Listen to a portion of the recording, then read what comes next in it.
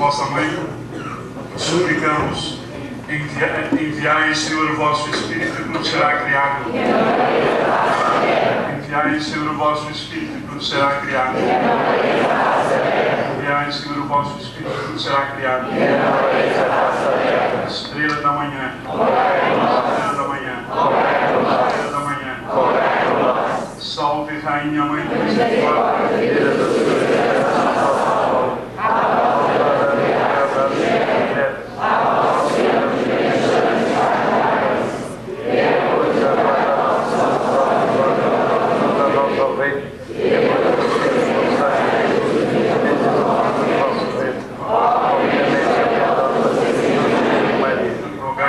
Santa Mãe de Deus,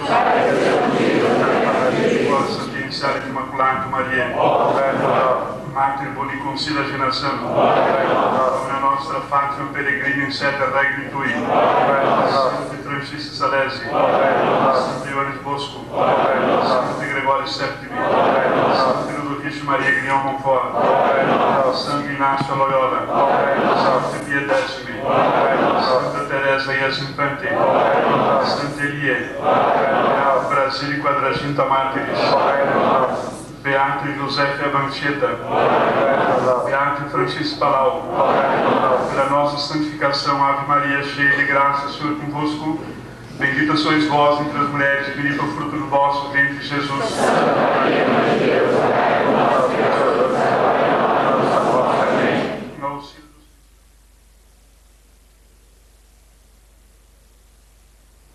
Deus nosso Senhor dos nossos inimigos, em nome do Pai e do Espírito Santo. Seja assim.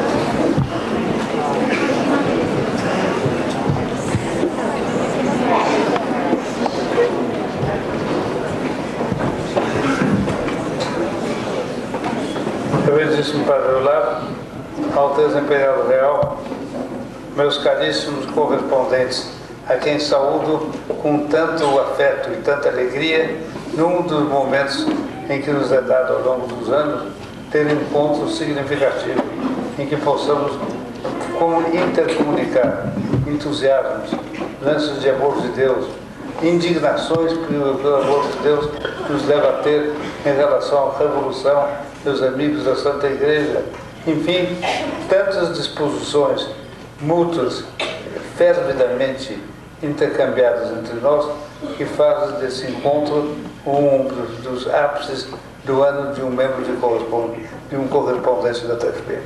A todos eu saúdo de coração e faço notar que a imagem de Nossa Senhora de Fátima, que preside habitualmente as nossas reuniões, acaba de ser coberta com um véu de tristeza. Esse é um hábito que se introduziu aqui nas nossas reuniões por força das circunstâncias que o mundo contemporâneo atravessa. Quer dizer, são muitas vezes de tal maneira infames os atos, os pecados, que é preciso estigmatizar, que é preciso denunciar, que é preciso descrever e esmiuçar, para que os correspondentes da TFP tenham uma ideia exata do abismo no qual o mundo está sendo lançado por ação das forças da Revolução. É tão infame aquilo que tem que ser dito, é tão baixo aquilo que tem que ser estigmatizado, que ter-se-ia vontade de retirar a imagem do auditório para coisas dessas não serem ditas na presença da imagem da Santíssima Mãe de Deus. Mas acontece que essas coisas são lembradas aqui num espírito de oração. Um espírito de oração quer dizer um espírito de elevação da mente até Deus. É descrevendo esses males, é mostrando até que abismos está nos levando à revolução, que nós podemos compreender o mal que fez o mundo, afastando-se da Santa Igreja Católica, por meio das tríplice revolução. A Revolução Protestante, o renascentismo, do seu humanismo dos séculos XV e XVI. A Revolução Francesa, do século XVIII e a Revolução Russa do século XX, a Revolução Comunista. Tudo isso junto veio trazendo para a humanidade uma série de deformações morais, de deformações religiosas tremendas. E o que é mais terrível é que essas deformações morais e religiosas não se verificam apenas no seio da sociedade civil, quer dizer, no seio das nações e no seio dos Estados, mas que essa crise, nascida no seio dos Estados, se projetou para dentro da Igreja Católica e criou para a Igreja, em nossos dias, a crise mais séria que, a meu ver, ela tenha passado desde quando, há perto de 2000 anos atrás, Nosso Senhor fundou a Igreja, dizendo a Pedro que ele era Pedro e que sobre aquela porta ele instituiria a sua Igreja, que as portas do inferno não prevaleceriam contra ela. É verdade, as portas do inferno não prevaleceram. É verdade, Pedro é Pedro. Mas é verdade também que por pouco se diria, tal é o terror desta crise, tal é o horror, quero dizer, dessa crise, por pouco se diria que as portas do inferno prevaleceram contra ela. De tal maneira que em todos os quadrantes da Igreja Católica se notam sinais dos tempos que revelam um profundo descolar de incontáveis almas dentro da Igreja, e de um profundo descolar em relação à Igreja, em ordem a uma situação que daqui a pouco descreveremos.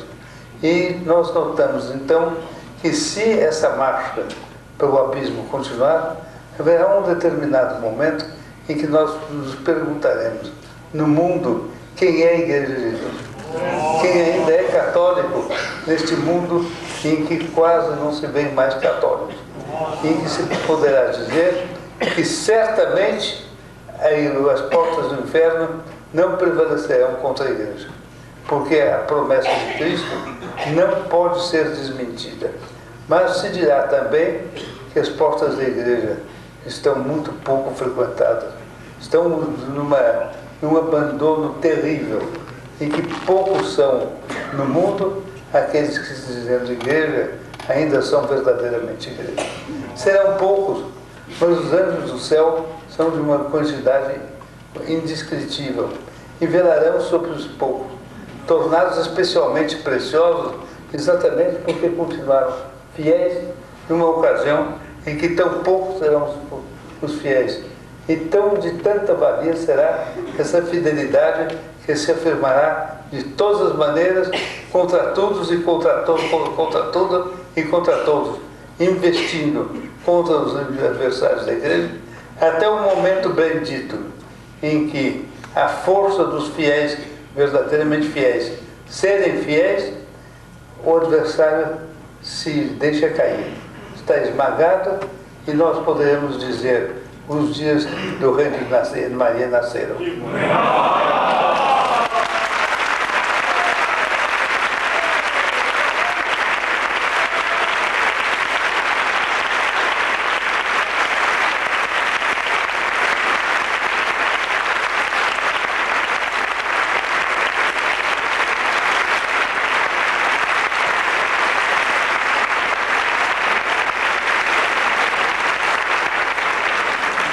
E terão vindo a lume os dias de alegria, de glória, de santidade, de esplendor sacral, que farão com que se possa dizer de novo: o mundo pertence a Cristo, o mundo pertence a Maria. Infelizmente, os canais através dos quais o homem contemporâneo toma notícia das realidades de nossos dias são muito falseados. Rádios, televisões, imprensa, todo aquele conjunto de meios de publicidade que se costuma chamar de mídia, é uma pronúncia anglo-saxônica da palavra média, ou seja, meios, os meios de comunicação entre os homens. A mídia, de tal maneira, deforma os fatos, os silencia, os põe numa evidência exagerada, lhes dá um aspecto, ora muito sem gravidade e despreocupante, ora, de outro lado, tão terríveis que você tem a impressão que não há mais possibilidade de resistência. E resistência haverá sempre possibilidade, quaisquer que sejam as circunstâncias, porque nós temos a promessa divina. As portas do céu, as portas do inferno, quer dizer, não prevalecerão contra elas. Então, isto posto, nós devemos fazer aqui uma resenha da situação geral da Igreja Católica em nossos dias, para compreendermos bem o que é que está se passando, o que é que está se dando e para onde estão caminhando as coisas. Para isto eu vou começar por salientar que em todas as épocas da Igreja houve, ou em quase todas as épocas, houve crises. Por causa da natureza humana fraca, má, concebida no pecado original, trabalhada por fermentos de toda ordem, e especialmente pelo demônio, que em abundância, em insistência particulares, ora cresce na sua ação, ora decresce um pouco, mas que é sempre o velho adversário que procura ganhar vítimas para os atirar no inferno de Satanás e para os lançar contra Deus. Então, que em todas as épocas a Igreja Católica teve inimigos que vencer. Mas há um mas importante a acrescentar esta afirmação geral. Em todas as igrejas, em todas as épocas, a Igreja Católica teve que inimigos para vencer. É que esses inimigos, em geral, são inimigos externos da Igreja. É o protestantismo, é a Igreja greco-cismática, que domina as regiões até há pouco escravizadas pelo comunismo e que continuam sob as garras do comunismo disfarçado hoje em dia. Ora serão as nações vastíssimas, amplíssimas, que ainda continuam hoje dominadas pelo islamismo, pelo budismo, pelo sintoísmo, enfim, por toda espécie de outras religiões extravagantes do mundo oriental, contrárias à Igreja Católica, e não exclua aí o judaísmo, que também é uma religião de muita importância pela influência dos seus números, dos seus adeptos no mundo contemporâneo. De todos esses arraiais vêm contra a Igreja Católica ataques e tem vindo durante toda a história e continuará a haver. Mas na nossa situação encontramos uma posição particularmente grave e que merece nossa atenção especialmente. É que, em virtude de circunstâncias das quais conto falar daqui a pouco, deu-se o fato concreto de que os inimigos penetraram dentro da Igreja e que é hoje de inimigos dentro da Igreja que afirmam como se fossem católicas doutrinas anticatólicas e que querem que essas doutrinas sejam pregadas dos púlpitos, sejam pregadas nos confessionários, sejam ensinadas nas associações e entidades católicas, como se fossem católicas. É deste gênero de ataque que se trata. O adversário penetrou na Igreja e é de dentro da Igreja, fingindo ares e atitudes de igreja, que ele procura levar os fiéis da Igreja para o inferno. Se trata aí de um fato que foi denunciado já em palavras dramáticas e explícitas pelo próprio Papa Paulo VI, o qual declarou que ele tinha esperança que no decurso do concílio as coisas se esclarecessem, se elucidassem e que depois do concílio uma grande era de alegria e de paz dominaria o mundo. É o que diz o concílio da Constituição Gaudium et Spes. Gaudium e alegria, quer dizer, e a esperança. Gaudium e esperança. Ele tinha esperança que uma bonança geral interviesse na Igreja. Mas afirma ele que, pelo contrário, apareceram dias borrascosos dentro da igreja, nublados dentro da igreja, e que, de tal maneira, a agitação tinha penetrado na igreja, que se diria, são palavras textuais dele, que se diria que a fumaça de Satanás penetrou dentro da igreja. Quer dizer que estava dentro da igreja uma série de inimigos organizados, adestrados, com o fito de fazer o papel de uma verdadeira quinta coluna dentro da igreja e se aproveitarem dos cargos que ocupassem eventualmente na hierarquia da igreja, dos cargos que ocupassem nos seminários, nas universidades católicas, na imensa rede de ensino que a igreja tem espalhada pelo mundo. Então, usando batina, usando báculo, usando mitra, usando a púrpura cardinalícia, se fizessem de arautos e defensores de uma doutrina anticatólica e arrancassem para o redil de Satanás aqueles que eram chamados e tinham aceito de entrar para o sagrado redil de nosso Senhor Jesus Cristo. E os fatos que se passaram nos dias mais recentes, e nós estamos diretamente sob o império desses fatos. Esses fatos se apresentam hoje sob a forma de uma ameaça especial, de maneira que todas as pessoas que têm algum conhecimento dos problemas internos da igreja e da doutrina da igreja sobre esses problemas internos, todas elas se entreolham preocupadas, diligentes, atentas e se sobreavisam em vista do que vai aparecendo. Para lhes dar uma ideia disso, ideia de que os jornais dão uma notícia muito farfalhante na maneira deles, muito barulhenta, mas vazia de conteúdo, em que não se compreende bem o que é que está em jogo.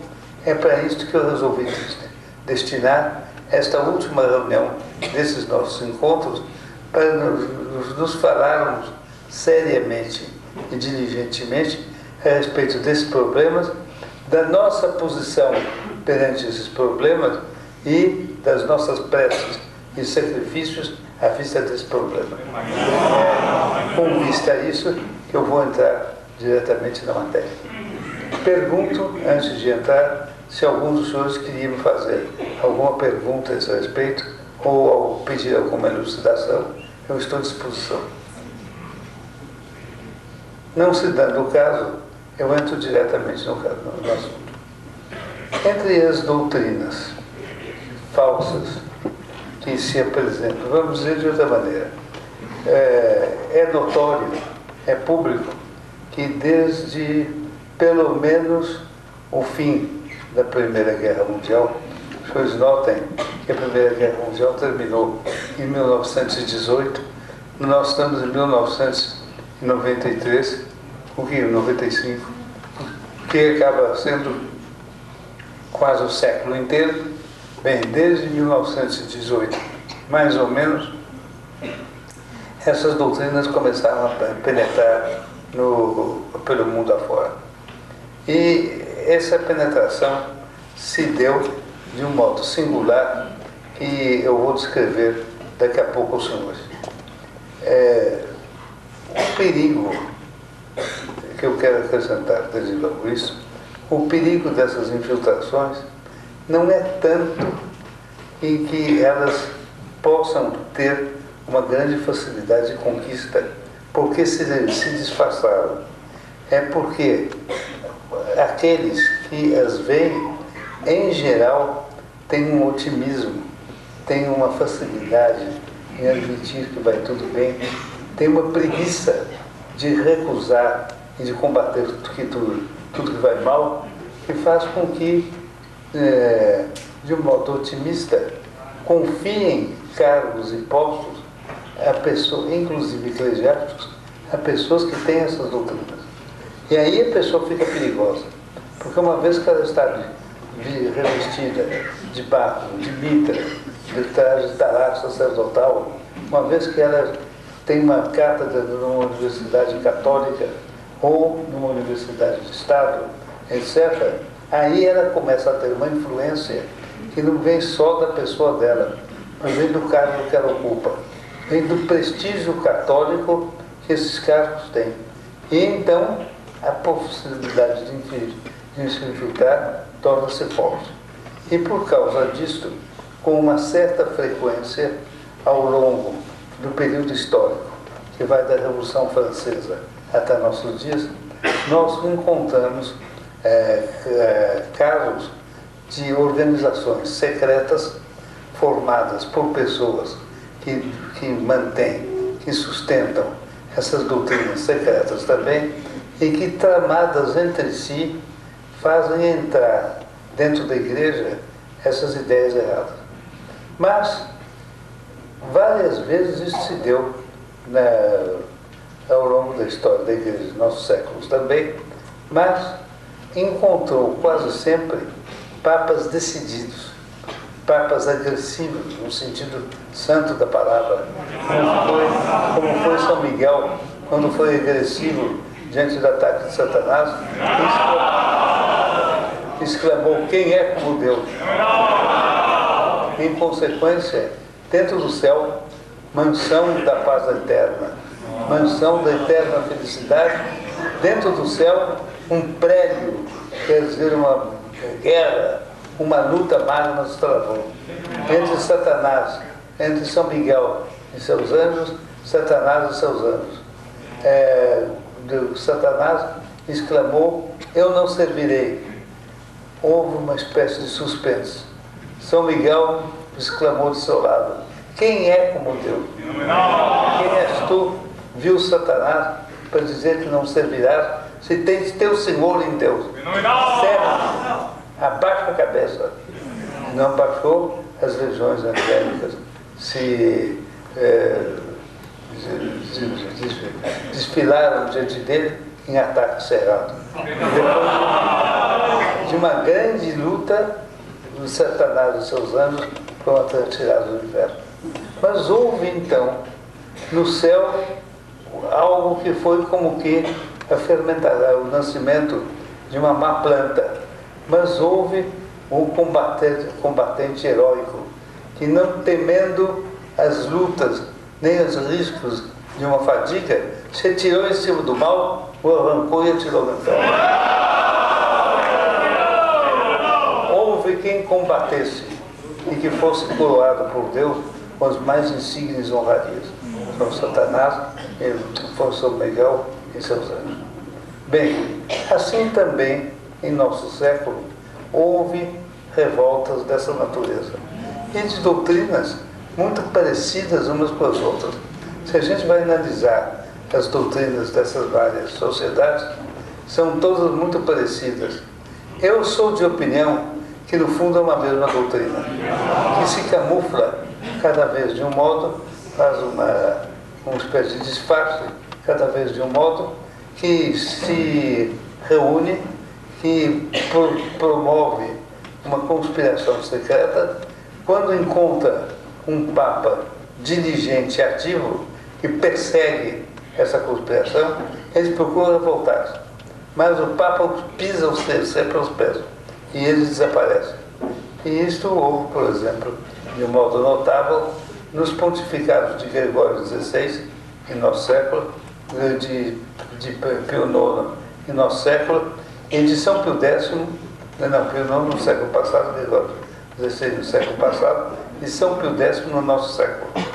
E esses três pontífices, mas sobretudo Pio IX e São Pio X, esmagaram e arrasaram esses erros.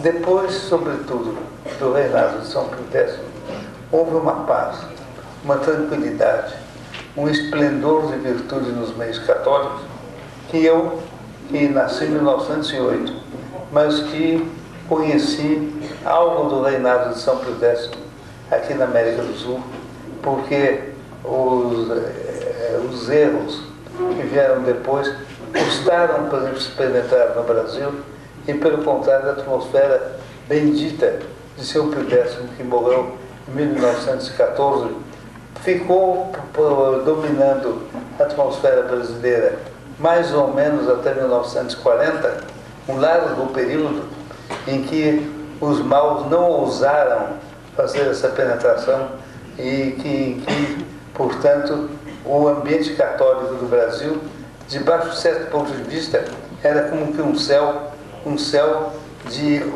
ortodoxia, de amor de Deus, de prática intensa de virtudes, de edificação por todo lado onde se visse o nome católico, onde se visse a doutrina católica, se visse a autoridade católica desfraudar o seu pendão.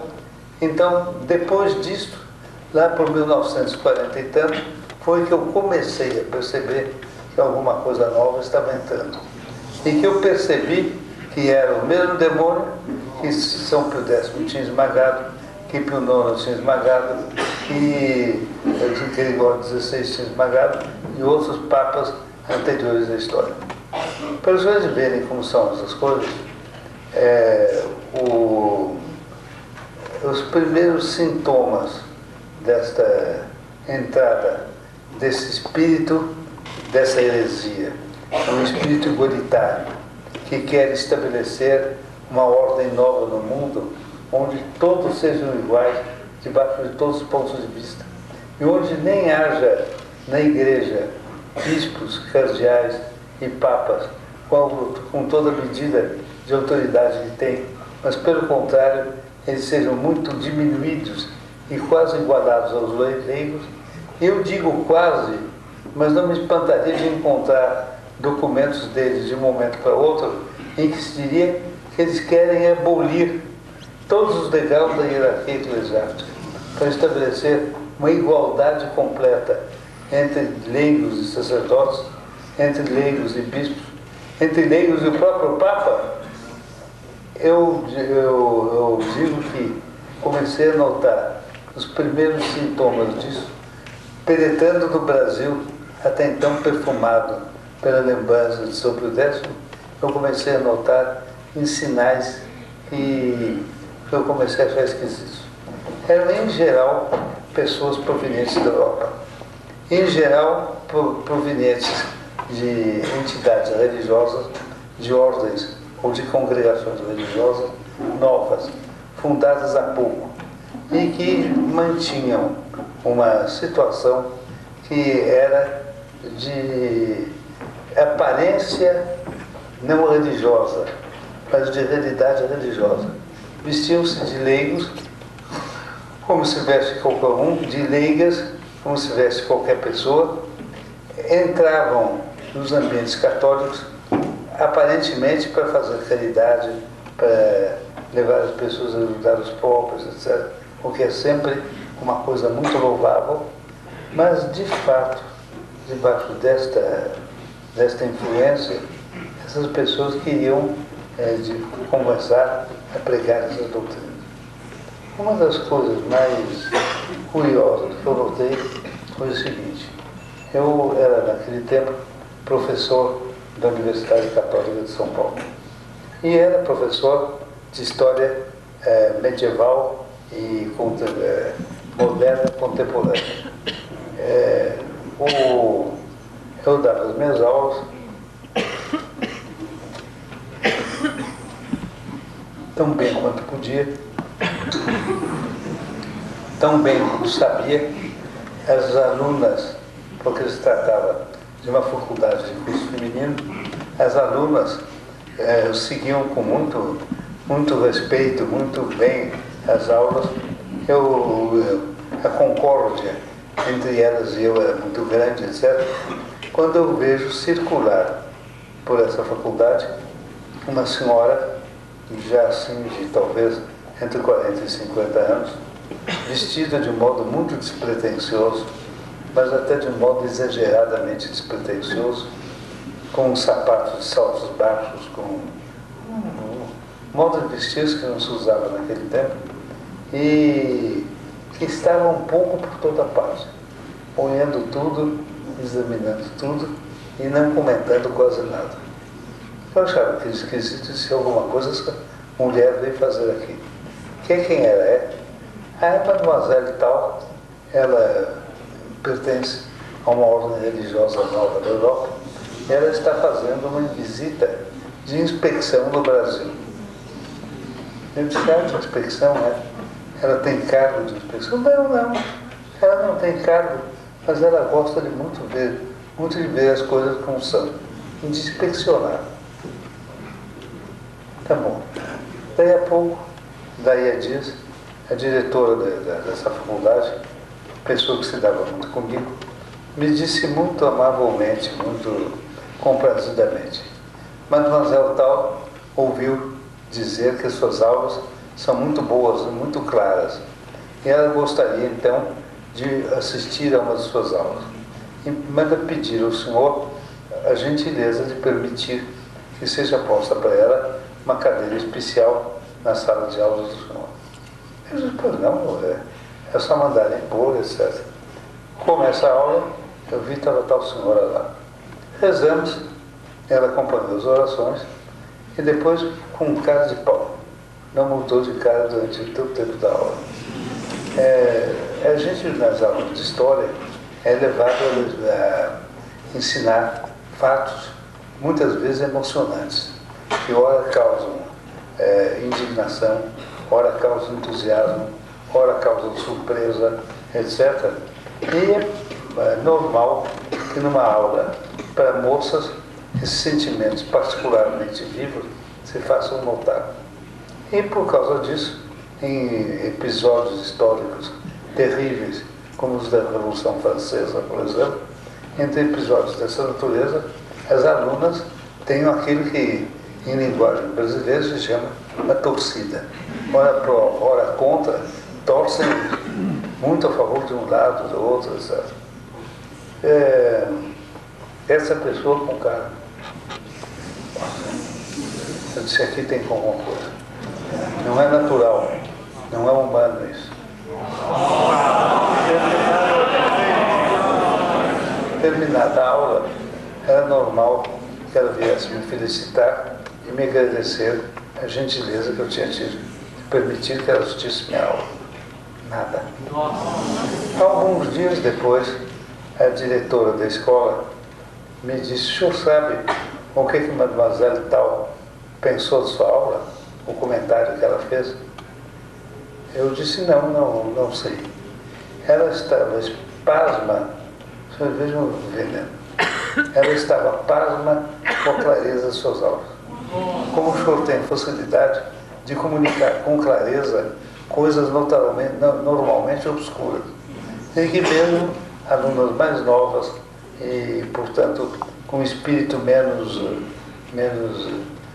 difícil de apanhar certos aspectos da história, pegam perfeitamente. Ela até achou que o senhor está mal colocado na aula que está dando, que eu aí vi que vem envenenando. Eu disse, ela achou isso, se achou. E ela já achou que o senhor deveria ser tirado dessas aulas que são para alunas moralmente, intelectualmente normais, que o senhor deveria ser deslocado para um ensino de débeis mentais. Por quê? O senhor é tão claro que é um desperdício um professor tão claro como o senhor ficar lecionando gente com um espírito tão claro que não precisava de tanta clareza. O senhor é próprio para débeis mentais. Na aparência é um elogio. Na realidade, vocês estão vendo o que é. Quer dizer, ponham esse homem fora, deem uns débeis mentais para ele lecionar, porque a influência que ele exerce não me agrada, é contrária a certos desígnios que eu quero. Eu me lembrei de certas coisas de São Pio X que eu tinha dito. E pensei, será o veneno que renasce? Infelizmente, as circunstâncias não permitiram que eu conversasse com essa senhora. Ela embarcou pouco depois. Porque eu gostaria de ter com ela uma conversa. Sobretudo, eu gostaria de ter essa conversa se tudo isso tivesse passado uns 10 anos depois. Porque naquele tempo ainda não havia gravadores. Os gravadores só apareceram tempo depois. E eu gostaria de conversar com ela diante de gravador. Porque eu gostaria de poder ter demonstrado o que na realidade ela pensava, não vive mais. O que na realidade ela pensava. Eu gostaria de tê-la levado a dizer tudo quanto estava no fundo da cabeça dela, que eu estava vendo bem que era, para provar que era o velho erro condenado por Quilnona, depois caído no chão, se levanta de novo, condenado por Quilnona, cai e queria levantar a cabeça do Brasil. Dentro de uns 2 ou 3 anos, eu era naquele tempo presidente da Junta Arquidiocesana da Ação Católica de São Paulo. Dentro de 2 ou 3 anos, pessoas com idade, com as ideias dessa Barbazelli se multiplicam em quase todos os setores das atividades católicas de São Paulo. E mais ainda do que isso, se multiplicam até nas fileiras dos seminários, nas fileiras das escolas secundárias e universitárias, etc. Mais ou menos por toda parte, eu via uma mudança que se estabelecia e que entrava como um vento. Pode entrar numa sala dessa, abrir as janelas e generalizar aqui um tufão numa sala que no momento está em inteira paz. Uma coisa que foi característica, o Senhor verão porque eu estou exumando recordações de um tão velho tempo, o Senhor verão daqui a pouco. Uma coisa que foi característica nesse sentido era o seguinte: enquanto esses erros estava nascendo o contra-erro, estava nascendo também a TVP.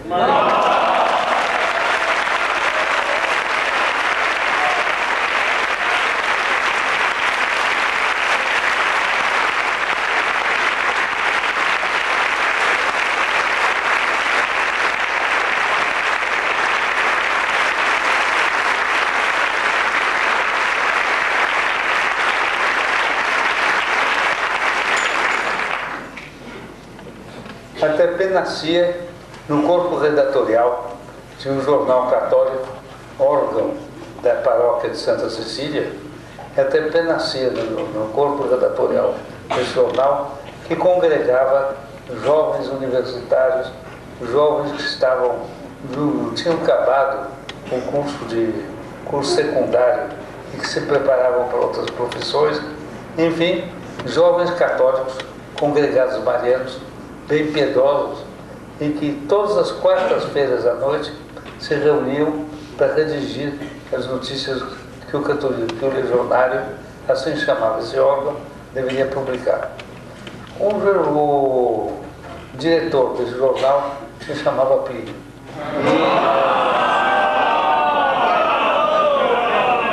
Dirigiu o jornal com vivo aplauso do arcebispo, do então arcebispo de São Paulo, Dom Duarte e depois Leopoldo Silva. E o jornal era um jornal de repercussão universal. Por quê? Porque o Brasil tinha naquele tempo um movimento de congregações marianas que este fungo de Satanás destruiu e que era um dos maiores movimentos católicos do mundo e que constituía um verdadeiro sinal de triunfo e de grandeza na igreja. Esta organização do legionário, quase todos eles eram membros das congregações marianas e tinham aprendido a doutrina católica exatamente como no santo e sagrado pontificado São Pio X, como nos pontificados anteriores se tinha ensinado. Mas uma das coisas que se ensinava sob os auspícios de São Pio X e dos que se sucederam, às vezes, Bem, o que se ensinava era que o católico, normalmente, não deve ser apalhaçado, não deve ser brincalhão, ele deve ser sério, deve ser aplicado, deve ter a mentalidade, o espírito de um Santo Inácio de Loyola, de um São Tomás de Aquino, de um desses grandes heróis da Igreja que esmagaram as heresias em todos os tempos. E por causa disso, nas salas de aula de redação do Legionário, imperava um silêncio afável, um silêncio ameno, mas um silêncio grave. Ninguém conversava, ninguém ria, todo mundo trabalhava, porque queria fazer para andar as coisas para frente. Não queria perder o tempo em brincadeiras, em asneiras. E no andar térreo do edifício que funcionava o Legionário, quase todo o andar térreo era ocupado pelo Legionário. Mas esse era um edifício de 2 ou 3 andares, e no edifício, no andar último do edifício, era todo ele ocupado por um salão menor do que este aqui, mas um salão, entretanto, bem vasto. E era frequente esse salão era de propriedade da paróquia de São Cecílio, e, como era natural, era frequente ser cedido a organizações católicas, que não tinham um salão, para que se reunissem ali e pudessem ali fazer os seus encontros, o que estamos fazendo aqui. Mas, naquela noite, eu notava uma coisa diferente. Em vez de serem conferências sérias, de que a gente ouvia dos últimos andares, ou alguns ecos que chegavam até nós, conferências sérias, ou coisas, atos de música, música sacra, música patriótica, música militar, música, mas enfim, música séria, eram gargalhadas, brincadeiras, piadas que desciam de lá para cá. E eu achei aquilo tudo muito esquisito, mas mais esquisito eu achei o que se deu depois. Algum tempo depois do Legionário ter aberto as portas e começar aquela noite de redação, o diretor, um leigo, que tinha sido membro do Legionário, tinha saído. O diretor daquela organização nova, com o espírito daquela mademoiselle Flaviole, mandou-me dizer que pedia para dar a ele um tempinho para ele falar comigo durante a nossa redação. Eu disse, pois não, podia vir. Ele veio, troca de saudações, sentamos, e ele me disse o seguinte: ele era quase meia-idade, nos tratava de você. Ele me disse, Plínio, você está vendo todas essas canções, todas essas músicas que descem, essa gargalhada alegre, etc. Eu comparo isto com o que vem da sua sala de redação. Da sua sala de redação, eu ouvi orações antes que vocês começassem. Depois eu ouvi o som desolador do silêncio. Não se ri, não se brinca, não se faz nada que possa animar o espírito. Um silêncio sério, as pessoas trabalhando, e trabalhando, e trabalhando. Isso não é a religião católica. A religião católica é alegre, ela é brincalhona, ela gosta da piada, ela ama o dito surpreendente, a picoetada, chanchada. Lá em cima é o futuro. O mundo do futuro vai ser este. Aqui com vocês é o passado. O mundo do passado foi este que vocês estão representando. E haverá fatalmente um choque entre essas duas mentalidades. Quando ele disse isso, eu pensei comigo, não disse, mas pensei, eu te conheço. Mas tomei um ar natural. E ele me disse, agora você saiba do seguinte: pessoas com esse espírito novo, espírito de galhofeiro, brincalhão, ligeiro, otimista, que espera do futuro, espera do progresso apenas coisas boas e resultados excelentes, vocês não, vocês são desconfiados. vocês são sombrios, vocês receiam que a tal revolução de vocês produza desastres no mundo. Nós não, nós caminhamos alegres para o futuro, sem recear nada.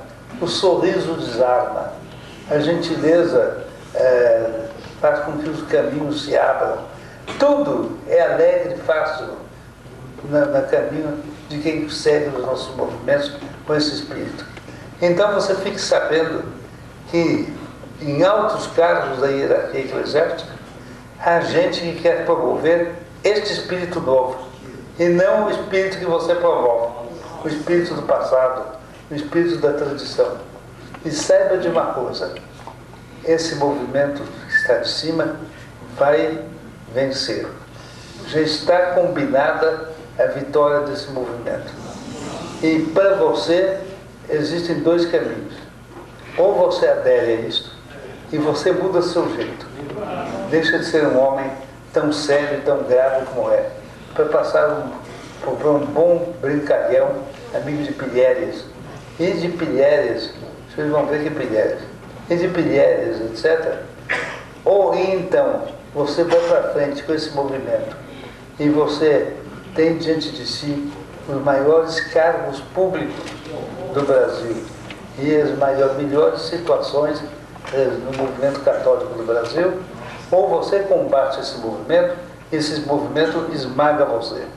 Mas então você, que é tão jovem e que já foi deputado federal, o deputado federal mais votado do Brasil foi você, você que tem diante, é tão jovem, professor universitário, e já está, portanto, numa situação importante, você será esmagado. Você não será ninguém no futuro, porque o futuro não pertence à tradição. A tradição é o passado. O nosso movimento rompe com o passado. Um movimento novo e moderno. E nesse caso você ficará de lado. Fica dito isso para você. Eu disse, fulano, eu não me vendo.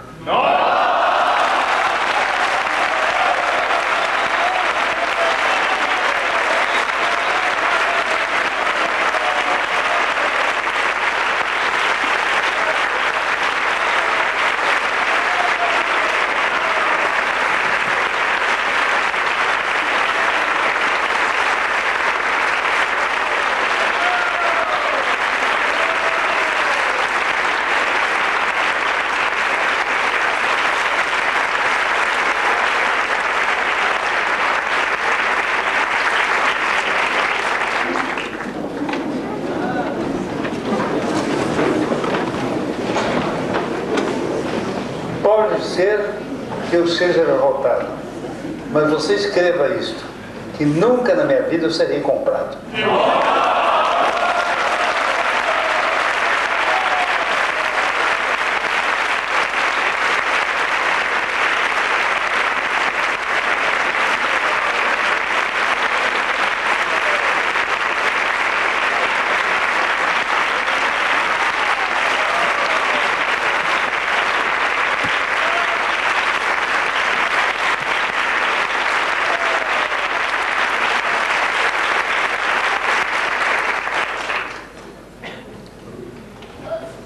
Ele me disse, tá bom, você foi avisado, agora tome o caminho que você quiser.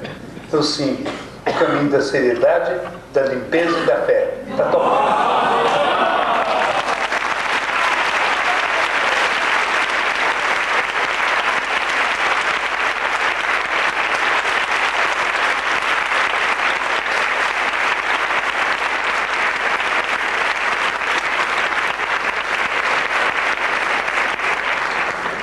Isso se passou lá pelos anos 30 e tanto, final da década de 30, começo da década de 40, uma coisa mais ou menos assim.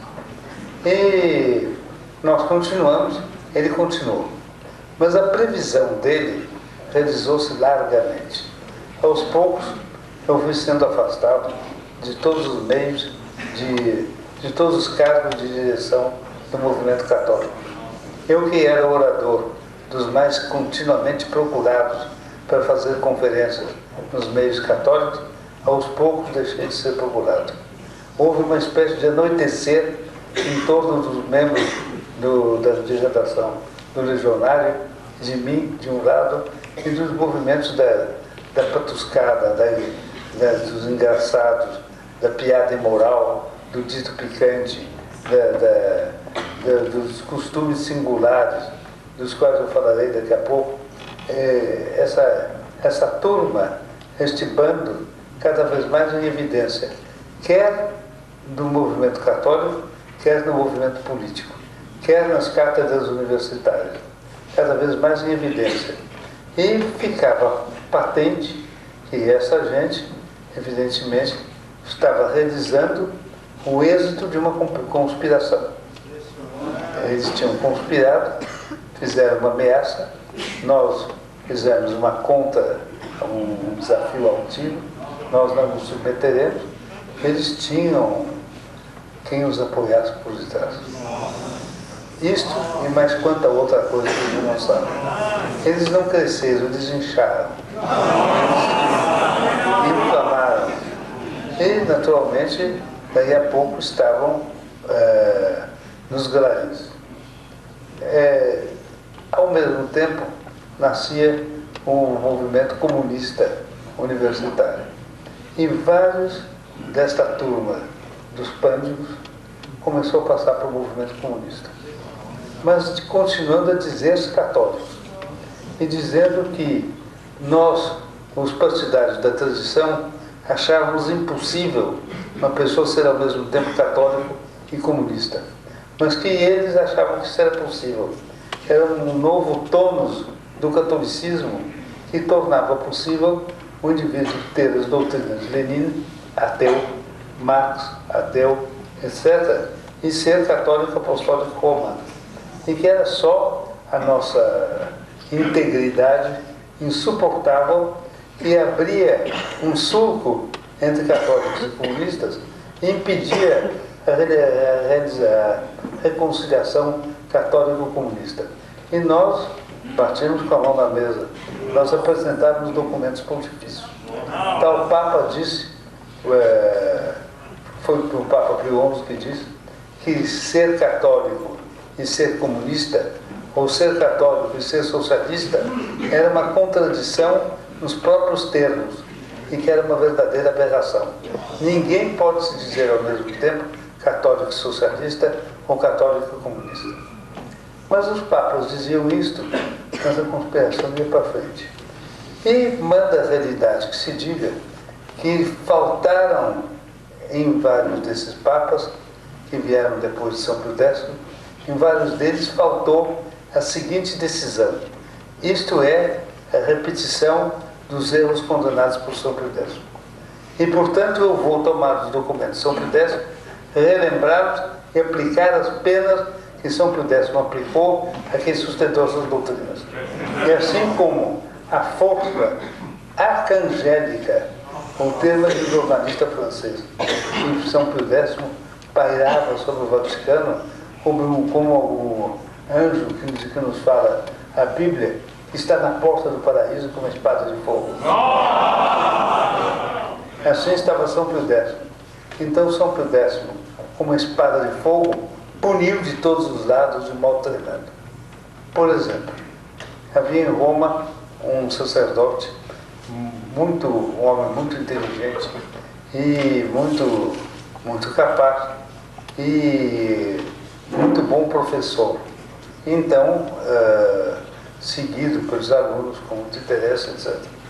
Mas São Pio X mandou examinar os livros dele e verificou que gotejavam a doutrina dita modernista, em que eles constituíam um clã, constituíam uma conspiração que as ocultas, combinando de não contar para a autoridade eclesiástica, espalhavam essa doutrina por todo o ambiente católico, juntamente com outras doutrinas de que eu falarei daqui a pouco. São Pio X mandou vir os livros dele, mandou examinar, examinou-os ele mesmo e mandou uma comunicação oficial a esse padre Bonaiuti. Ou o senhor escreve um livro declarando que tais erros estão nos seus livros, Segundo lugar, que o Senhor reconhece que esses erros são contrários à doutrina católica. Terceiro lugar, que, portanto, o Senhor abjura esses erros. Declara que a verdade é o contrário do que o Senhor anunciou, do que o Senhor celebrou. E que o erro é exatamente aquilo que o Senhor celebrou até aqui, e pede perdão. Então eu verei o que fazer do Senhor como sacerdote, que cargo lhe darei, que situação lhe darei, ou o Senhor se recusa a assinar esse documento. Se não assinar, eu verdejarei em cima do Senhor o furor da santidade do papado. O Senhor vai ser perseguido e vai ser destroçado pelo papado. Ele pensou um pouco, disse: eu não mudo nada. São Pedro está bem. Daí, a algum tempo, aparece um decreto de São Pedro, excomungando o homem, expulsando da Igreja Católica, proibindo de usar batina com qualquer coisa do traje dos trajes do exército, proibindo qualquer católico de ter qualquer espécie de relações com ele, e qualificando de excomungado da espécie de excomungado mais terrível que há, que é o excomungado vitando. Vitando é uma palavra latina que quer dizer aquele que deve ser evitado. É um excomungado que está fora da igreja e que os filhos da igreja devem evitar. E devem evitar com tanto rigor que, se andarem pela rua e perceberem que pela mesma calçada vem vindo, no mesmo sentido, ou em sentido oposto, o excomungado vitante, o ex-padre Bonailde, por exemplo, ele deve mudar de calçado. Para dar a entender a todo mundo o horror que os católicos têm desse gênero de gente. E ajudar, assim, a reação católica contra esse tipo de gente. E isto determinou uma situação horrorosa para esse homem. Porque ele continuou a ir às aulas, mas o número de seus alunos diminuiu. Ele continuou a sair à rua com batina, mas ele era um homem vistoso, grande e bem apessoado. Quando ele andava pela rua, as senhoras, os homens que foram fiéis a São Pedro mudavam de calçado. E a calçada do lado dele estava esvaziada, enquanto a calçada do lado oposto cheia. E depois vieram condenações do mesmo gênero a um grande número de padres. De padres, sim, mas de leigos também, etc. Um fato muito misterioso é que nos é contado pelo cardeal Berridoval, secretário de Estado de São Pio X e amigo queridíssimo deste. Nas suas memórias, o cardeal Berridoval escreve o seguinte: na noite de tanto, de 1914, eu terminei meu trabalho com o Papa e despedi-me, saí dos aposentos pontifícios e fui para minha casa. Na manhã seguinte, eu fui acordado cedinho, dizendo que o Papa estava mal a morte. E aí ele diz essa frase misteriosa: nunca se saberá o que é que se passou no quarto de Pio X, depois São Pio X, naquela noite de 1914. O fato concreto é que eu deixei o Papa em condições de saúde perfeitamente bem. De manhã, quando eu fui ao quarto dele, eu notei que ele me reconheceu. Pelo olhar, eu vi que ele me reconheceu. E que, portanto, ele tinha pelo menos certo grau de lucidez. Eu falei com ele, ele fez um esforço para falar, mas não conseguiu. Eu tomei um lápis e um bloco, pus na mão dele para ele escrever o que ele estava querendo dizer e que não queria para ele escrever.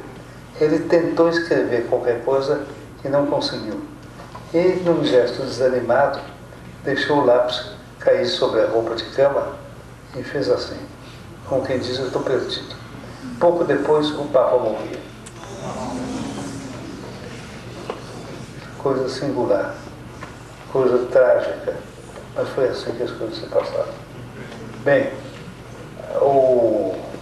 a reação antimodernista, que foi tão grande no tempo de São Pio X, essa reação nunca mais teve o esplendor que teve no tempo de São Pio X.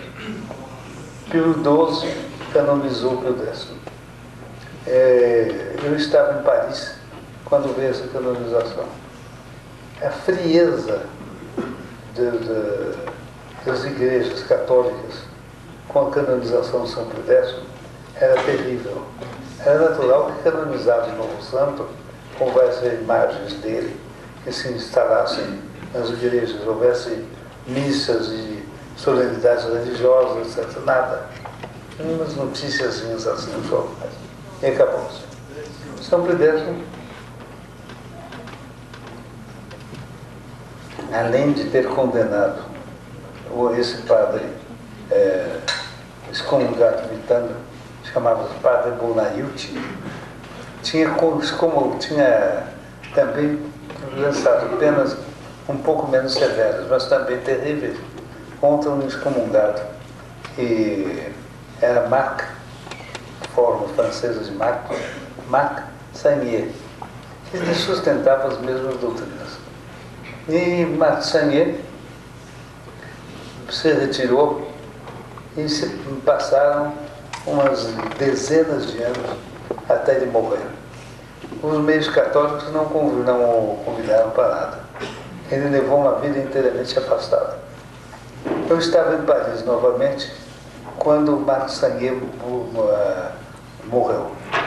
E então eu vejo com pasmo o seguinte: toda a arquidiocese de Paris promoveram os funerais de Marc Sagnier. Abriram a catedral para o corpo dele ser exposto até o dia seguinte.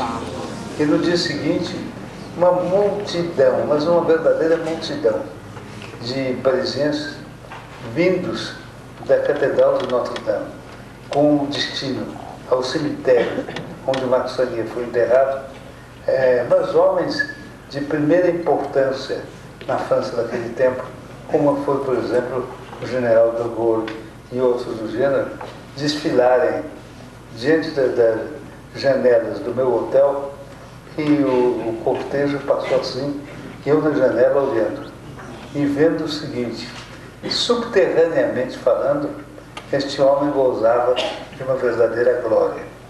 Por quê? Porque ele era membro de uma conspiração.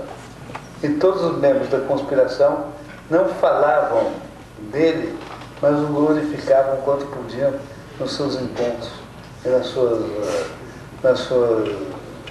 nos seus conchavos, etc. E quando ele morreu, já era inútil, não havia mais perigo de medidas contra ele.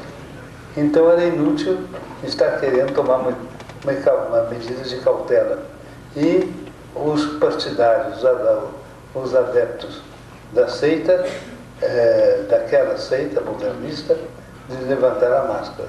Então se via que era uma verdadeira multidão oculta e de homens da maior importância. Isso me fez ver que então uma coisa era certa, é que tudo isso ainda existia, que tudo isso ainda estava debaixo do chão, mas se preparando à maneira daquele meu ex-membro do Legionário, se preparando a empurrar de lado, e empurrando de fato, como eu me sentia empurrado pelos adeptos da transição, e pouco depois nós completaríamos a palavra transição pelas palavras família e propriedade, os adeptos da transição, família e propriedade, ou seja, da verdadeira Igreja Católica, o único verdadeiro Deus, lutando dentro da Igreja contra a onda demoníaca dos que querem lutar dentro da Igreja para arrastar a Igreja para esse quadro de Satanás. Não sei se isto está claro. Por experiência, eu pergunto o seguinte: para quem está claro, quero levantar os braços para ter uma ideia. Praticamente a totalidade dos membros da sala. Bem, então vamos prosseguir. Aí essa primeira parte está longa, sabe? Essa primeira parte termina, nós vamos passar para uma parte mais curta. Aconteceu que eu então resolvi dar uma estocada nessa conspiração.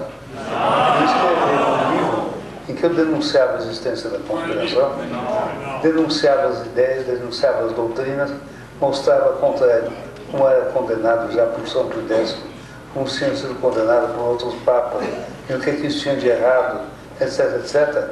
Eu mostrava tudo e, em última análise, pedia, em termos clamorosos, medidas da autoridade eclesiástica para acabarem com isso.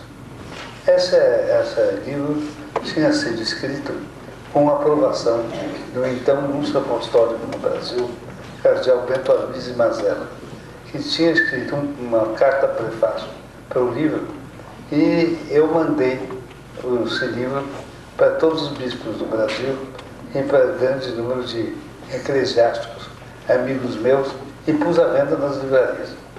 E foi um estouro. Nós estamos colecionando declarações sobre esses e outros feitos da TFP, publicados em revistas estrangeiras que acompanhavam as realidades brasileiras. E se vê que repercussão tudo isso teve em escala mundial, e que enorme alcance isso teve, mais ou menos por toda parte. O livro foi objeto de ataques verbais furiosos, mas ninguém ousou escrever, porque se escrevesse, sabiam que via o outro.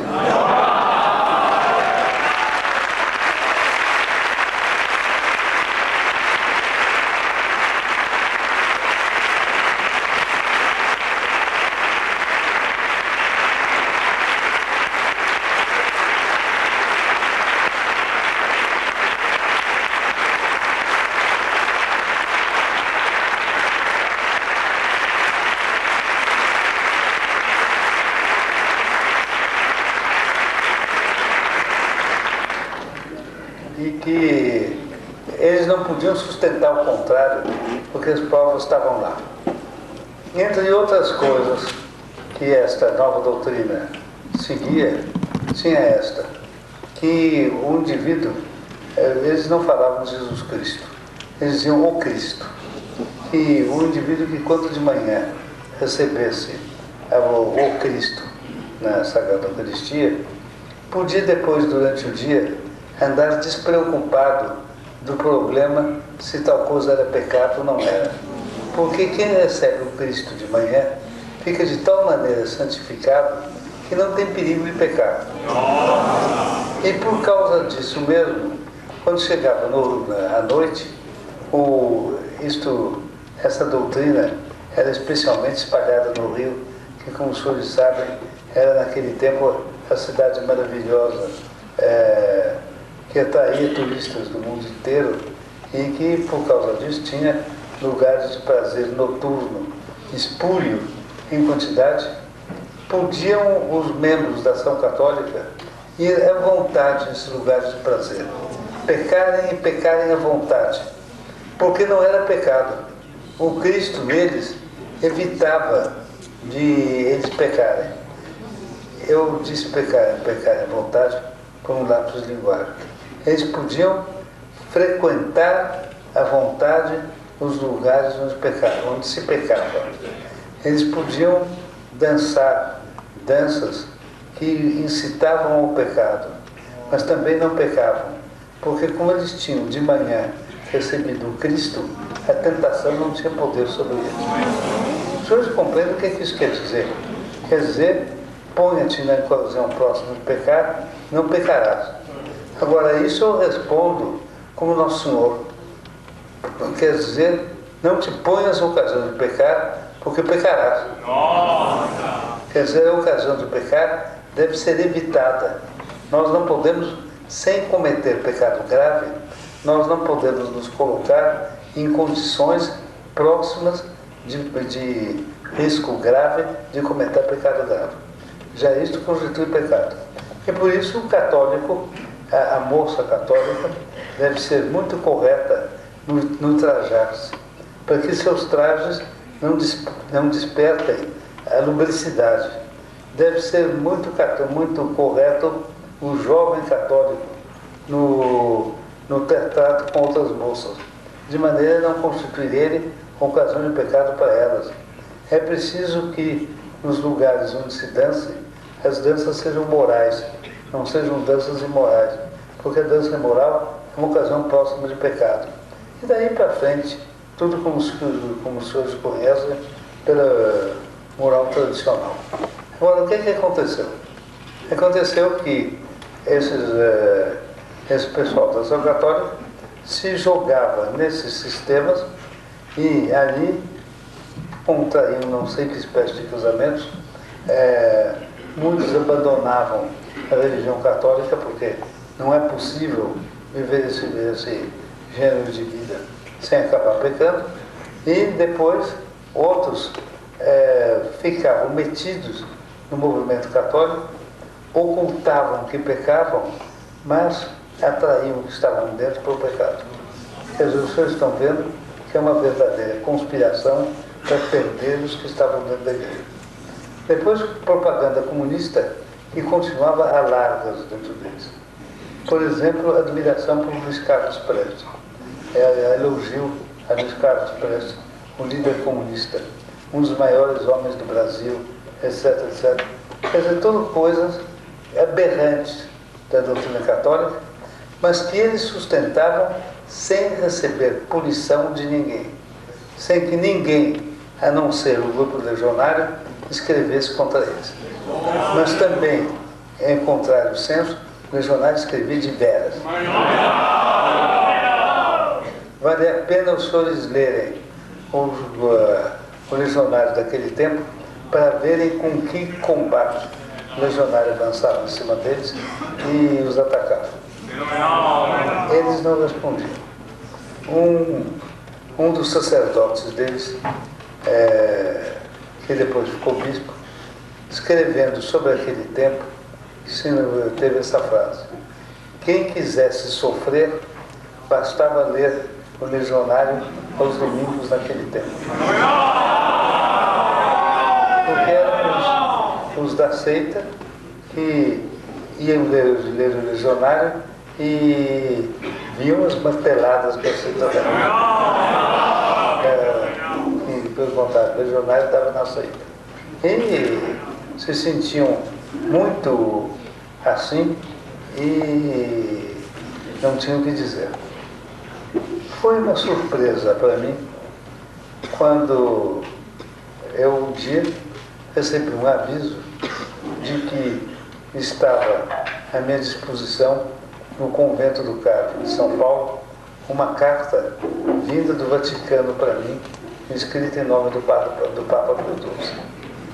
Eu fui lá para pegar a carta, e era uma carta escrita pelo cardeal Montini, naquele tempo secretário de Estado de Pio XII, em nome de Pio XII, com franco elogio do meu livro, dizendo que aquilo era a verdadeira doutrina católica e eu conhecia muito bem o que era ação católica e o que era a doutrina católica, e que o Papa, por motivo do livro que me tinha escrito, o Papa me mandava as suas felicitações e manifestações de seu meu cumprimento, etc.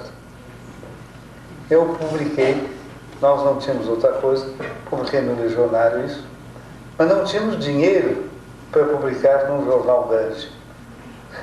Saíram na Folha, no Estado não saiu nada. Saíram na Folha umas noticiazinhas assim desse tamanho, depois mais nada. Silêncio, silêncio, silêncio.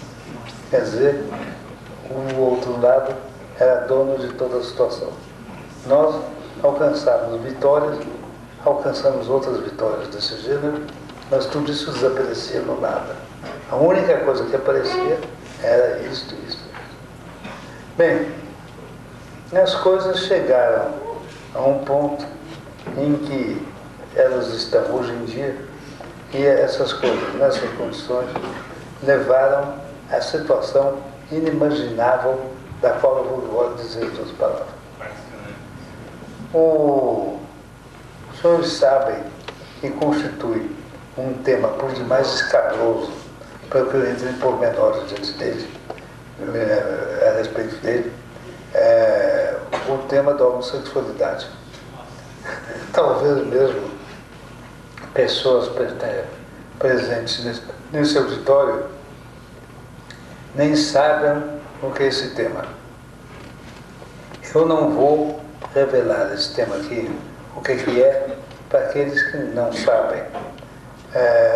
Mas eu vou tratar desse tema e aqueles que queiram podem procurar informar junto a um bom sacerdote, um excelente entre eles, que está aqui nesse auditório, podem procurar informar-se junto a outras pessoas idôneas que conheçam para falar a respeito desse tema. Mas a história sagrada, por exemplo, quando cuida desse tema, cuida de modo a velar, porque é tão horrível esse pecado que se a Igreja, ao mesmo tempo que é obrigada a ensinar contra ele, ensina com uma espécie de horror e de um modo mais ou menos velado. Mas ensina porque tem que ensinar. E de um desse modo velado, ela, por exemplo, fala do pecado que custou a existência das cidades de Sodoma e Gomorra, na mais alta antiguidade. Essas cidades eram cidades perto do Mar Morto. E elas tinham um vício da homossexualidade. Os seus homens se dedicavam a esse vício de modo verdadeiramente maluco e desabrido.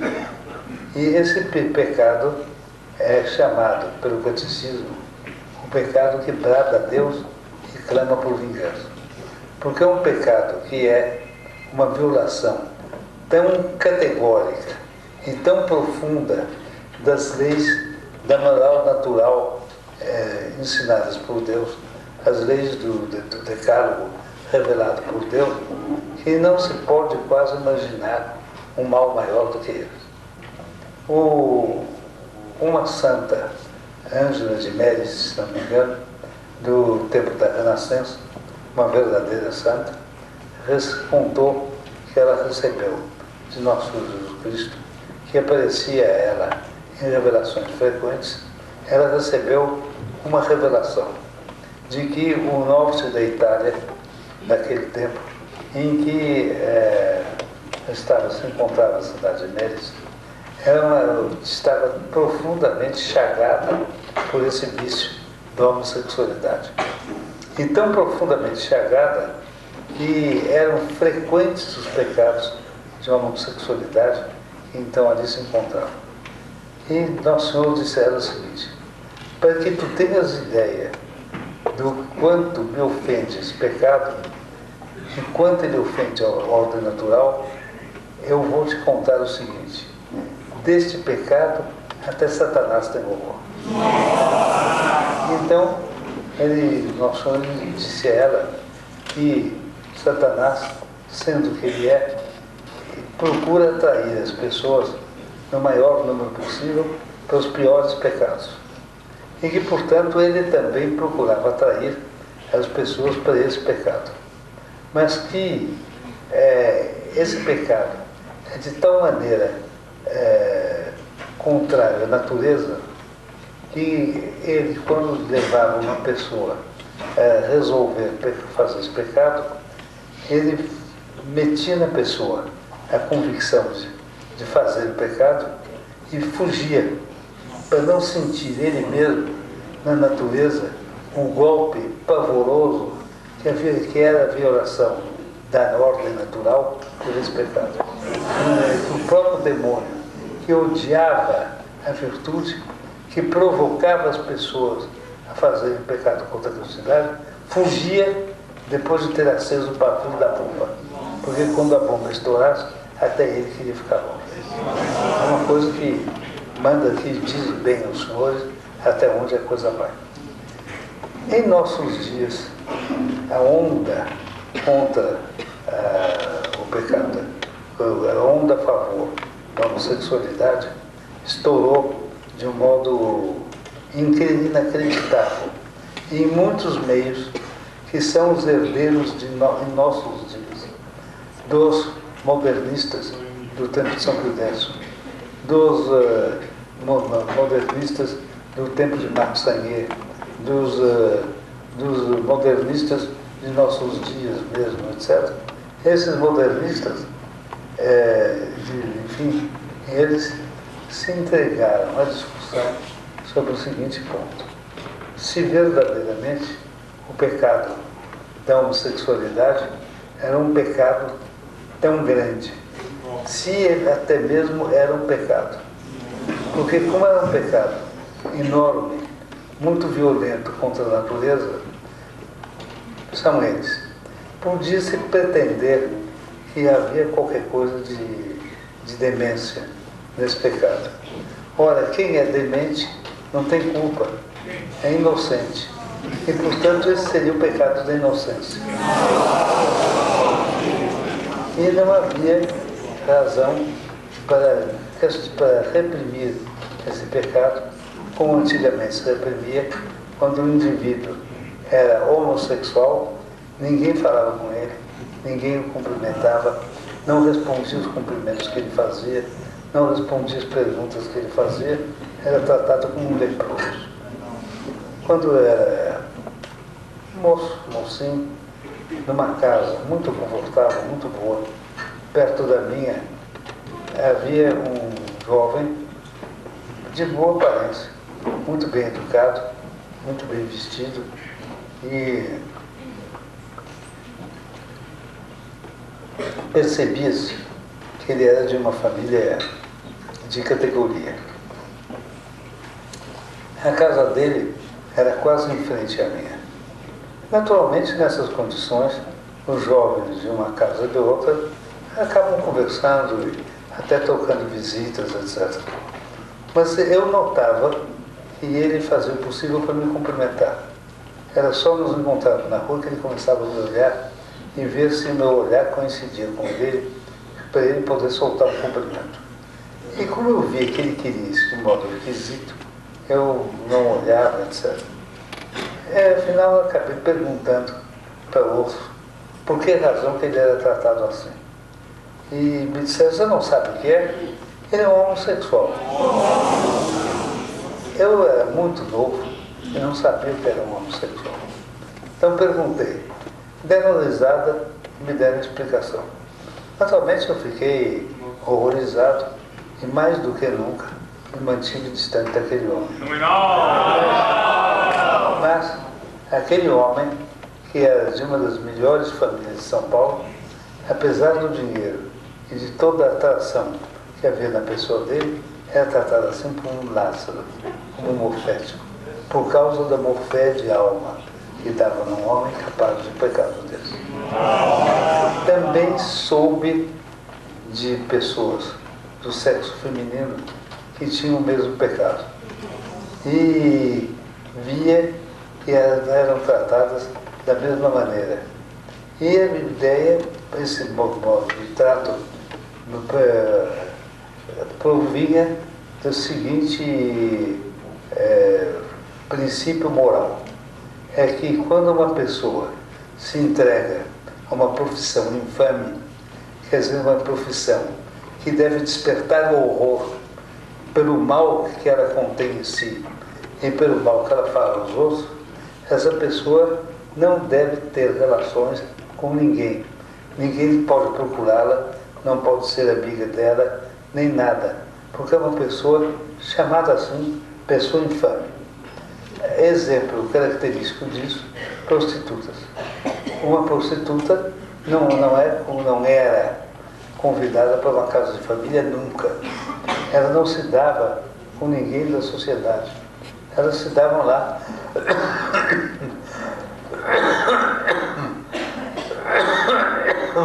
entre elas, nas casas de perdição de que eram donas e que elas exploravam. Mas fora disso, elas eram tratadas como leprosas. Por quê? Porque ter uma casa de perdição é uma atitude, por assim dizer, a palavra não existe, foi inventada no momento, leprífica, que gera como que uma lepra na alma e que faz com que todo mundo procure se afastar dela. Então, ou criar um horror em relação às profissões e afastá-las, segregá-las do mundo, era uma condição para a manutenção da moralidade pública. E todos os santos moralistas, doutores da igreja, sustentavam isto como um dever primacial, um dever de primeira ordem, a que ninguém podia subtrair. E de fato, por exemplo, na minha longa existência, até há pouco tempo atrás, hoje não se diz mais nada, mas na minha longa existência, nunca eu soube na vida de uma senhora não precisava ser uma senhora de família ilustre, não, de família limpa, de, por exemplo, modestos operários, mas gente honesta, gente que pratica moral, nunca admitiram que em sua casa pisasse uma mulher de uma profissão infame, ou pisasse um homossexual. Embora essa mulher pudesse ser rica, pudesse dar dinheiro para a família, pudesse ser uma coisa aparentemente honorífica, porque era uma mulher que tinha bonito automóvel, podia ir passear com a mãe de família, era para a mãe de família uma coisa, sob certo ponto de vista, gente completamente sem princípios, poderia achar honorífico. Apesar disto, era rejeitado completamente, e o princípio era esse: as profissões vergonhosas devem ser tratadas assim. A meu ver, deve figurar nisto o vendedor de tóxicos, de droga. Aquele que vive de vender a morte, de vender o vício, de vender a tara, esse deve ser tratado como infame. E se deve recusar o tratamento com essa gente. E assim, uma série de outras profissões e situações. E isto, ao longo de todo o tempo da civilização cristã, se entendeu assim.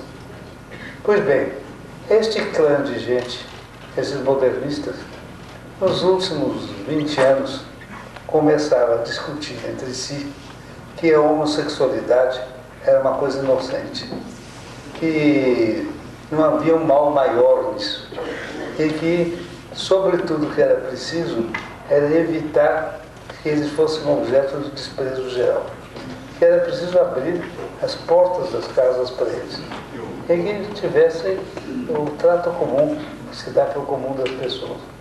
E por esta forma, essas pessoas entravam na organização da família. E tinham elas mesmas famílias. Os senhores me entendem bem? Famílias de homossexuais. Como é que isto é possível?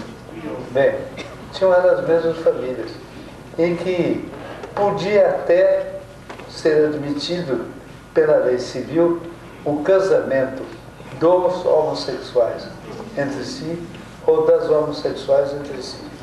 Em que, feito o casamento, quando morria um dos dois, era herdeiro legítimo da outra parte, como numa família legítima é.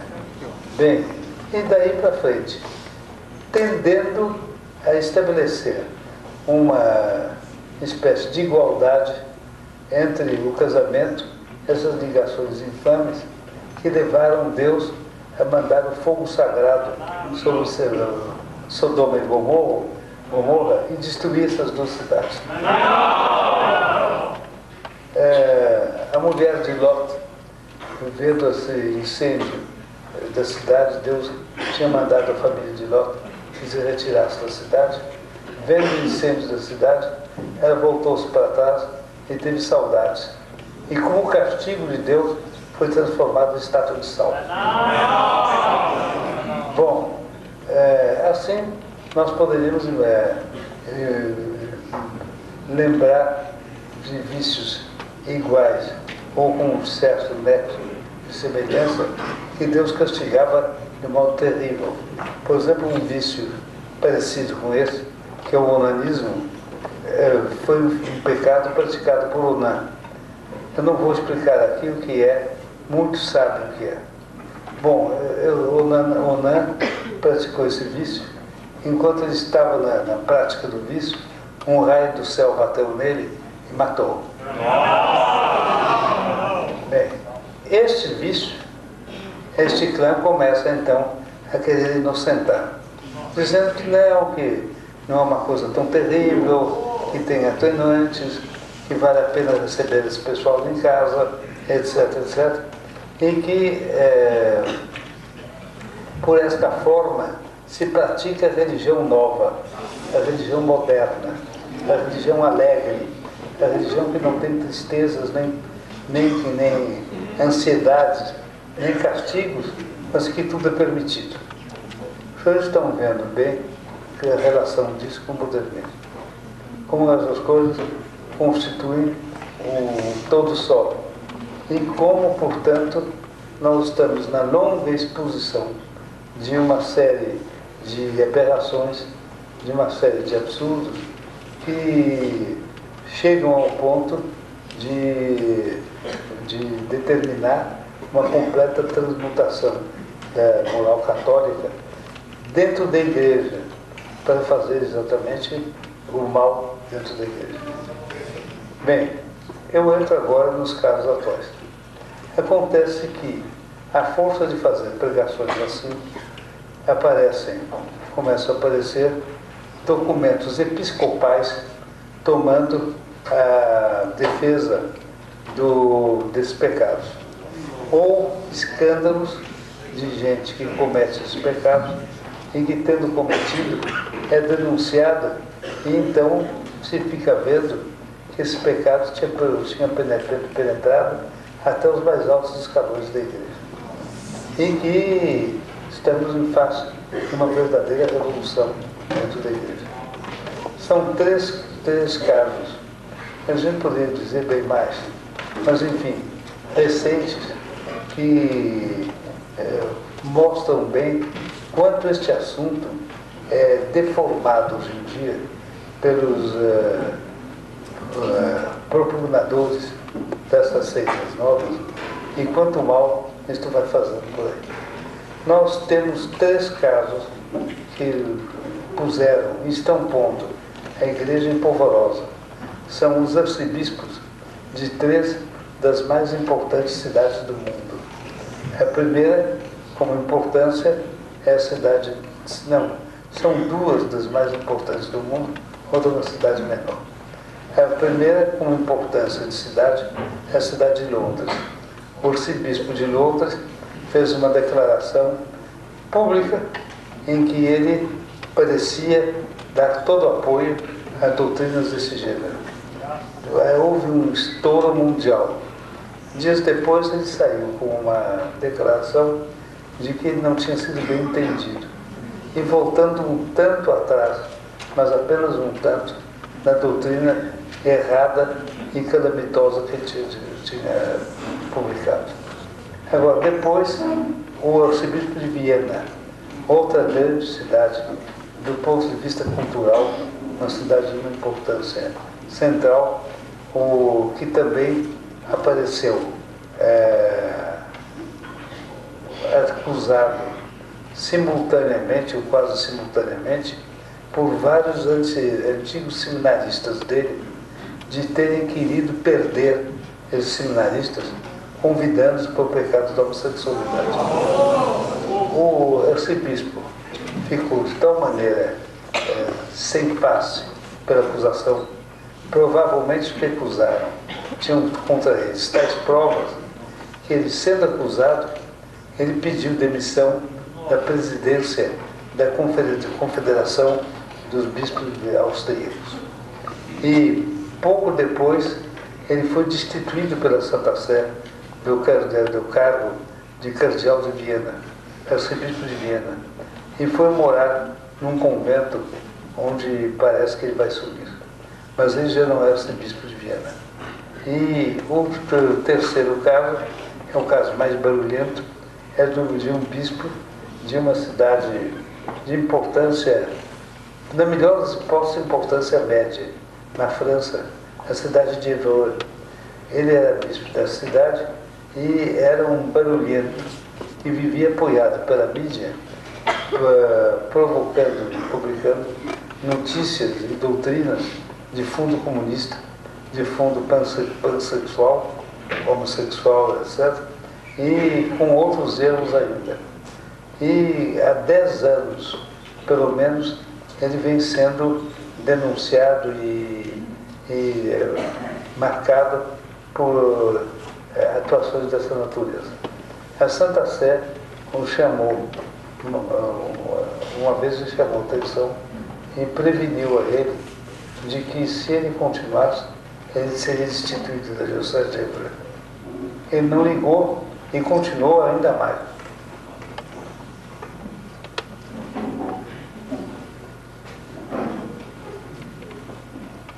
E João Paulo II acaba um mês mais ou menos, ou 2, de destituí-lo da Diocese de Évora e nomeá-lo bispo titular de Partênia. Partênia é um lugar que existia antigamente na Argélia e que desapareceu naquelas areias do deserto, etc. Há umas cidades assim,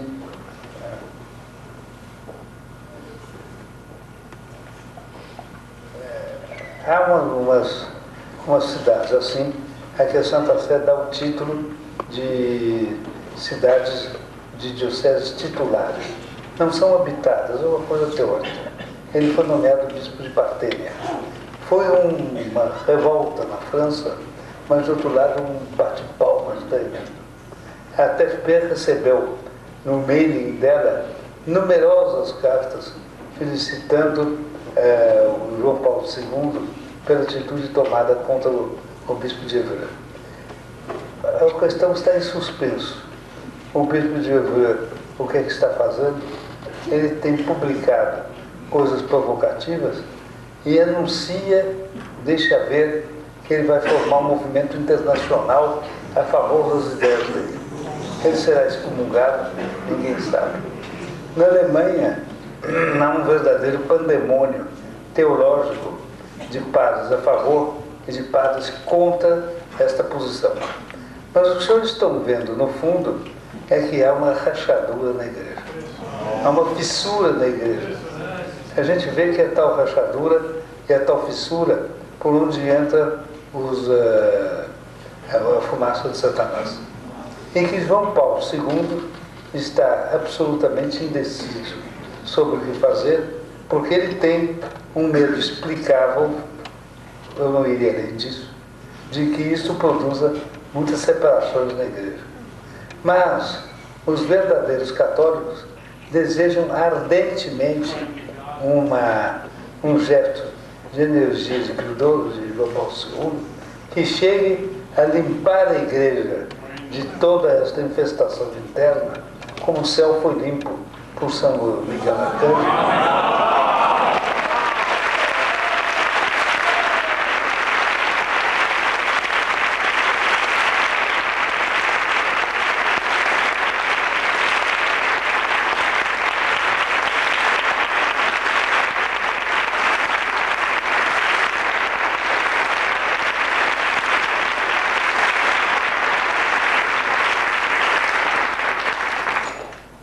E nós, colocados diante dessa situação, devemos ter toda a repulsa possível a toda forma de favorecimento da homossexualidade, a toda forma de favorecimento do igualitarismo e de tudo mais que nós percebemos que tem relação com esses erros há tanto tempo combatidos, mas cuja cabeça infame está à espera da paulada que os liquide.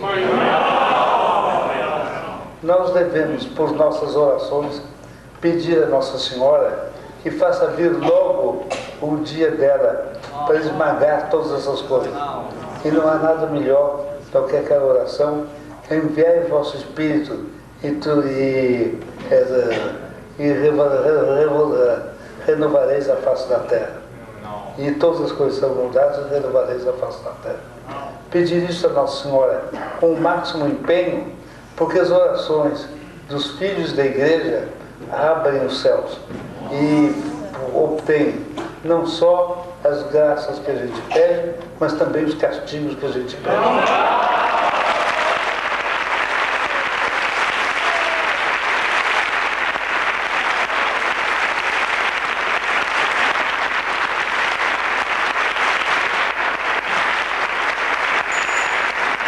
Peçamos, portanto, com empenho e com todo empenho, peçamos que o mal, para os maus, venha a graça para que eles se convertam. Mas nós já estamos vendo desde logo quanto isso é difícil. E nossas orações devem conter, portanto, este adendo. Senhor, se para a vossa graça for necessário, for indispensável, castigai, Senhor.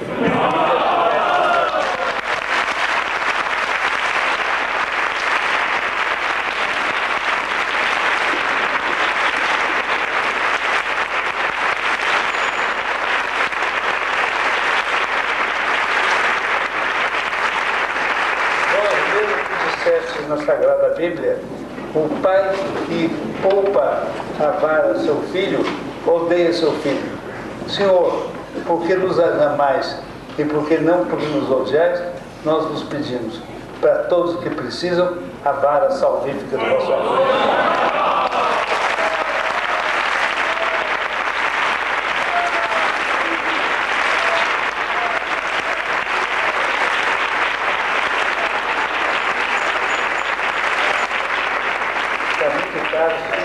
E todos quem tem que assistir nisso ainda, convém que o Santo Sacrifício comece o mais imediatamente possível.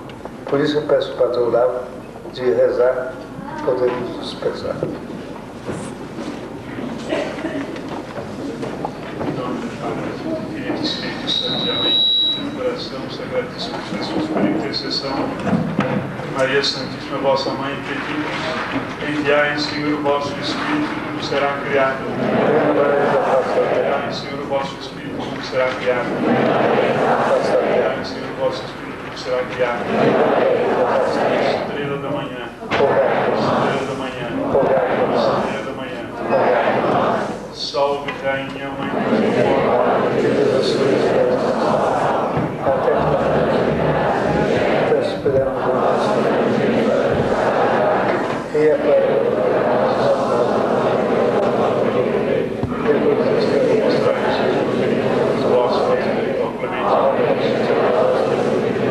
rogai por nós, Santa Mãe de Deus, Santa Benção Imaculada Maria, Mãe do Bom Conselho de Genaziano, Nossa Senhora do Rosário de Fátima, peregrina serve do teu reino, São Francisco de Sales, São João Bosco, São Gregório VII, São Luís Maria Grião de Montfort, São Inácio de Loyola, São Pio X, Santa Teresinha do Menino Jesus, Santo Elias, bem-aventurados 40 mártires do Brasil, bem-aventurado José de Anchieta, bem-aventurado Francisco Palau, pela nossa santificação, Ave Maria, graça plena, cheia de graça, o Senhor convosco, bendito sois vós entre as mulheres, bendito é o fruto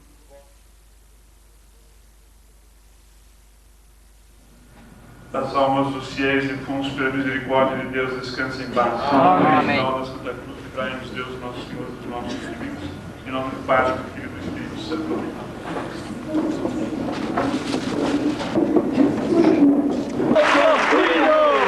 Tradição, Maria, propriedade.